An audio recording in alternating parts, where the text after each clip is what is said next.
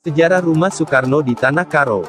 Di Tanah Karo terdapat rumah lawas berdiri di pekarangan yang cukup luas di lereng sebuah bukit, sekitar 2 km dari pusat kota Brastagi, Sumatera Utara. Bangunannya yang berukuran 10 kali 20 meter bergaya Eropa, bercat putih, dan beratapkan seng berwarna putih. Di pelataran depan terdapat patung perunggu Soekarno dalam posisi duduk berukuran 7 meter. Rumah itu terletak di Brastagi, sebuah kota kecamatan di Tanah Karo, Sumatera Utara. Terletak sekitar 70 km di selatan Medan. Hawanya sejuk karena berlokasi di antara deretan perbukitan. Rumah tersebut merupakan sebuah tempat yang awalnya dianggap cocok oleh Belanda sebagai tempat pembuangan. Hampir 62 tahun silam, tak lama setelah menggelar aksi polisionil kedua.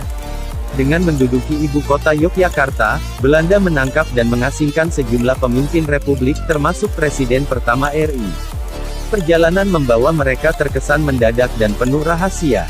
Jam 7 pagi tanggal 22 Desember tahun 1948, Kolonel Van Langen tanpa pemberitahuan terlebih dahulu, memberiku kesempatan 5 menit untuk mengemasi 2 buah koper kecil dan mengucapkan selamat tinggal kepada keluargaku, ujar Soekarno dalam autobiografinya. Setelah persiapan singkat itu, Soekarno bersama Sejarir dan Agus Salim diberangkatkan dengan menggunakan pesawat B-25 Mitchell. Meski pesawat sudah mengudara, namun tak satu pun yang tahu kemana tujuan pesawat tersebut.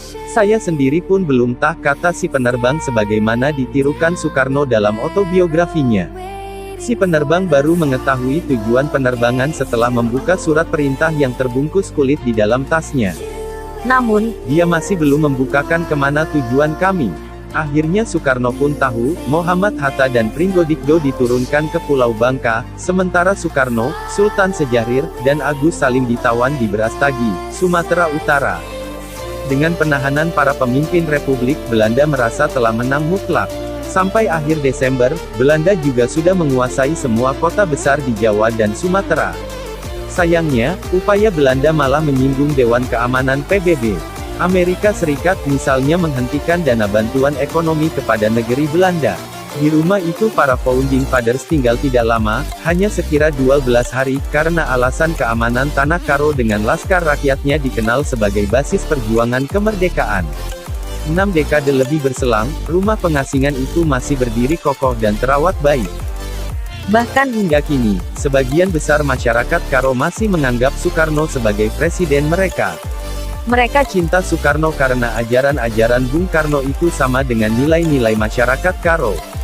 Misalnya, gotong royong, pluralisme, dan solidaritas. Satu babak dalam sejarah perjalanan Bung Karno ini pun ikut mengharumkan nama Brastagi. Sekian sejarah singkat Rumah Soekarno di Tanah Karo. Silahkan tinggalkan like dan jangan lupa subscribe. terima kasih.